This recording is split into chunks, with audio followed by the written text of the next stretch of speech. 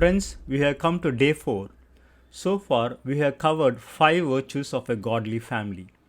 I will recap them quickly. Number 1, oneness, that is unity. Number 2, forgiveness. Third, encourage and support each other. 4, identify good in other person.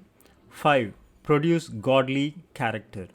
And today we're going to see the 6th one, that is produce godly leadership. Yes, in a world where people are failing to produce good leaders, we as a community of God need to produce a godly generation of leaders. In our selected portion, we read in second verse Genesis 1:28, and God blessed them and told them, multiply, fill the earth and subdue it. Because Adam and Eve are God's children, God gave them instruction to fill this earth with godly generation. Eventually, the fall happened. We all know that. If the fall wouldn't have happened, this whole world would have been filled with godly generation. God knows that this would happen, so He already had a backup plan of sending His Son Jesus to connect this fallen nature in producing spiritual offspring. On one side, sinful fallen nature of man is seen with bad leadership filled with selfishness, ego, pride, power, position, materials, etc. On the other hand, Jesus chose just 12 people to establish godly leaders for His church. Of course, Paul comes later.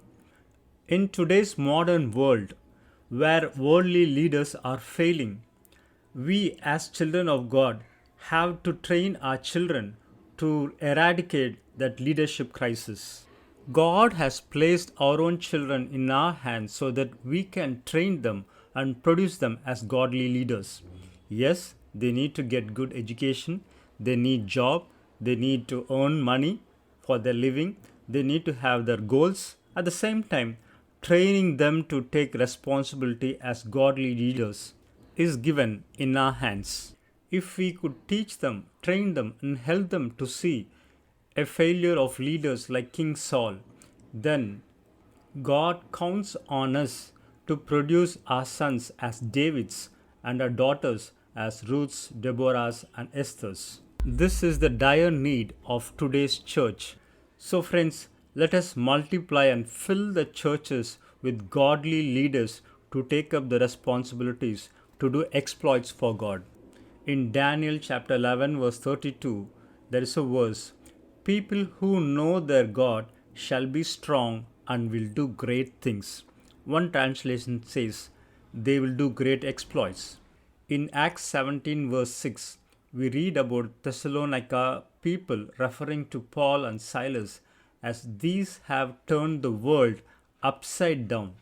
A strong, stable, and faithful leader with good attitude and passion is always on demand. More than any other times, today's Christendom is facing leadership crisis. If we as godly parents can only realize and recognize this, we can train a generation of children into a capable leaders as God intended. A successor of Moses was Joshua.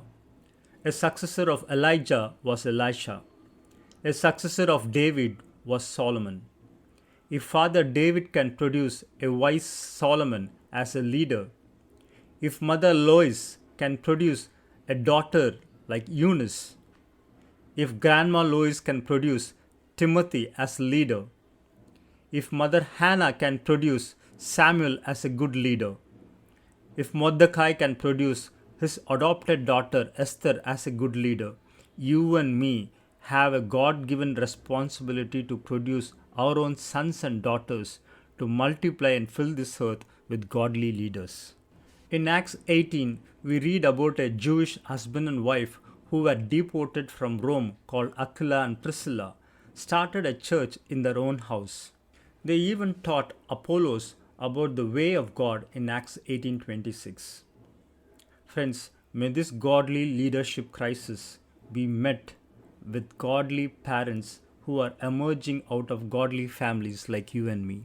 May God help us and really help us to produce our children as godly, strong, fervent, faithful, and capable leaders who can do exploits for God.